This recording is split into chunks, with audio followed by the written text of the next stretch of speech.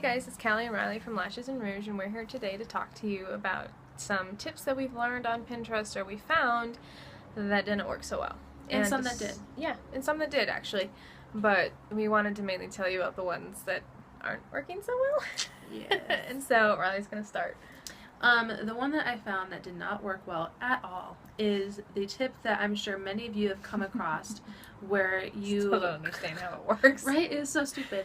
It's the one where you coat your eyelash curler, like the inside rim of it. Like with, the part that's supposed to touch the top of your... Yeah. Or the bottom of your eyelid. Yeah, you coat it with eyeliner, and then you curl your eyelashes, and voila, you have perfect eyeliner on. And supposedly, if you want to take it a step further, you can be sitting on the toilet and kill 3 birds with 1 stone. Yeah, curl your eyelashes, get some eyeliner, and pee or poop, whichever one you choose. I guess. Oh my gosh. Yeah, I'm like that. I say what really is. What's up? Yeah, whatever. Anyway, so yeah, you're supposed to be getting like perfect eyeliner on, and it's like no hassle at all. Well, to tell you the truth, it does not work. No. You just you have to get so close to your the roots of your eyelashes to where you're touching your skin that when you actually curl your eyelashes, it's painful. It's so painful because you'll like pinch yourself, you'll pull on your eyelashes super hard, and it hurts. So just I recommend that you don't do it. It's just my opinion. If you have made it work, yeah, let us know, because I mean I'm petrified of using the eyelash curler. Besides the fact that I don't even need one since my eyelashes already are curled. Mm-hmm. But mine are like straight. But still, how does it work? Like, have any of you ever made that work? And if so, please let us know, because to me it seems like a dumb thing to do. Riley found out it is a dumb thing to do. Yeah, and I because it's like the tutorial is just pictures. It's like no makeup on an eye. She shows you like eyeliner inside the eyelash curler. She curls her eyelashes, and then the next picture is perfect eyeliner. I'm like, please, you applied that eyeliner by hand. Too good for that. Yeah. So the next thing that I found didn't work for me, it may work for you guys, but not for me, is where you take like a tissue or just any type of Kleenex. After you've put lipstick on, you put it over your lips and then dust translucent powder over it, and it's supposed to make your lipstick last longer. I didn't find that it did anything special for me. So if it worked for you guys, let us know again. But for me, it didn't work. I didn't notice a difference. Yeah, I haven't tried that trick yet, so yeah, who knows? Maybe it'll actually work better for me or not. But I don't wear lipstick all that often. Okay, so one of the things that I found that does not work was a tip that I've seen several times about taking a lighter to the edge or the tip of your eyeliner pencils and letting it sit in the flame for a second and letting it cool for 15 seconds. I got it right this time. Yeah. And then it supposedly turns your eyeliner pencil into a gel. Mm-hmm. Well, if you want to keep your there we go. If you want to keep your eyeliners in pristine condition, don't do it.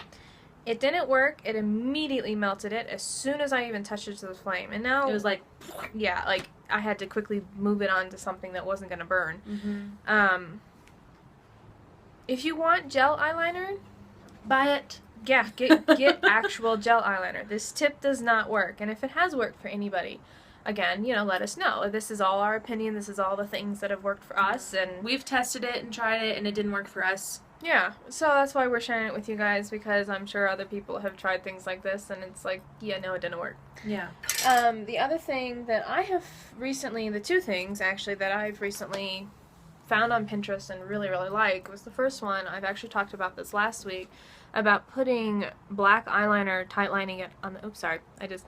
Did you just poke yourself in the eye? I just poked myself in the eye. Anyway. Be careful when handling fingers near the eyes. Mm-hmm. You might have a poked eye. Yeah. But anyway, putting tight liner... tight liner? I'm tired. Give me a break. Putting eyeliner in the tight line the upper lid. Okay. Especially for black eyeliner, because for me, I don't like using black eyeliner in a normal way because I feel like it just is too much for my eyes. Mm-hmm. So putting it on this way actually makes it bearable for me when I look in the mirror. It's like, oh, my eyes aren't Super dark. Yeah, I do like black eyeliner for me. And I only use gel eyeliner. I found it works best for me. So if you're like me and you only use gel liner, the best way to do this, to apply it to your waterline, is take what's called a pencil brush, or also known as a bullet brush. It's very tightly packed together, and it's kind of rounded to a point at the top. Yeah, and it's circular, like circumference. So, anyways, and they're kind of smaller. I'm sure some of you have seen them. If you haven't, we'll put a picture of it. Yeah, Elf has a good one. Yeah, we'll put a link to where you can get one. Anyways, so you just coat the tip of that, and then you just apply it like a regular eye pencil. Yeah, and it works really good. Don't burn your eyeliner. It doesn't work. No. The other thing that I've found recently, and about 2 weeks ago, Riley and I both got our own brush set, and actually got the exact same set. Yeah. And so I wanted to try putting my foundation on with a brush, because all that I've used before is my fingers, which I used that when I was really young, and I had no idea about foundation or anything. Yeah, if you hadn't seen our foundation video, watch it, and you will hear how much we tell you, don't do it. It's not good for your skin. No. So I had been then using a sponge, which had worked great, and then I decided I wanted to try using a brush. And I talked to a few other people, and I know Riley's had this experience of using brushes actually can bring up the dry flakes of skin on your face, and it actually raises them to the point where it pokes through your foundation. It doesn't matter what you put on your face, it will not cover up those flaky spots. So I gave it a week of trying the foundation, putting it on with a brush, and it didn't work well for me. It worked well like in these areas, but where I have dry spots, it just, yeah, it looked like I had scales.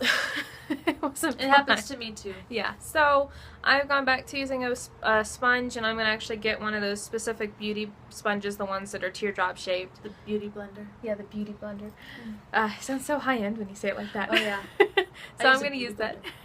Oh my God. Yeah, we're both tired today. We're both moms. We have kids that have been waking up in the middle of the night. Oh my gosh. Okay, so those are our tips today. Oh wait, I have one more. Oh wait, go ahead. Don't forget about me. So, my tip that I really like is where you put that one. powder under your eyes after you've applied all of your makeup, mascara, everything. This is the very last step. I've talked about this before in my other videos.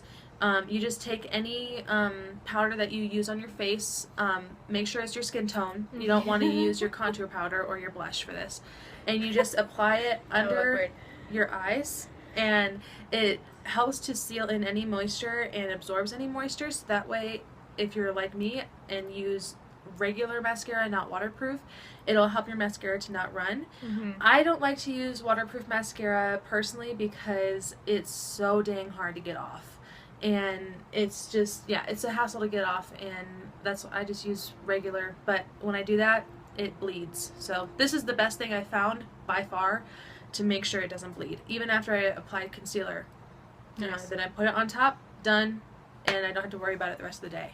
Cool. Yeah. And if you live in a more humid climate, like we live in a very dry climate, if you live in a more humid climate, it may not work as well as it works in a dry climate. So yeah, it's true, because I remember I used to live in Maryland, and it's very humid back in Maryland, and so putting powder on my face, it was actually sometimes too much. Like it absorbed too much moisture, but then turned almost like to a paste. Yeah, it kind of, yeah, it wasn't fun. So try it. You know, there's also under eye setting powders. I know Elf carries one. So yeah, do what works best for you. But this is a tip that I found on Pinterest that really works for me. Cool.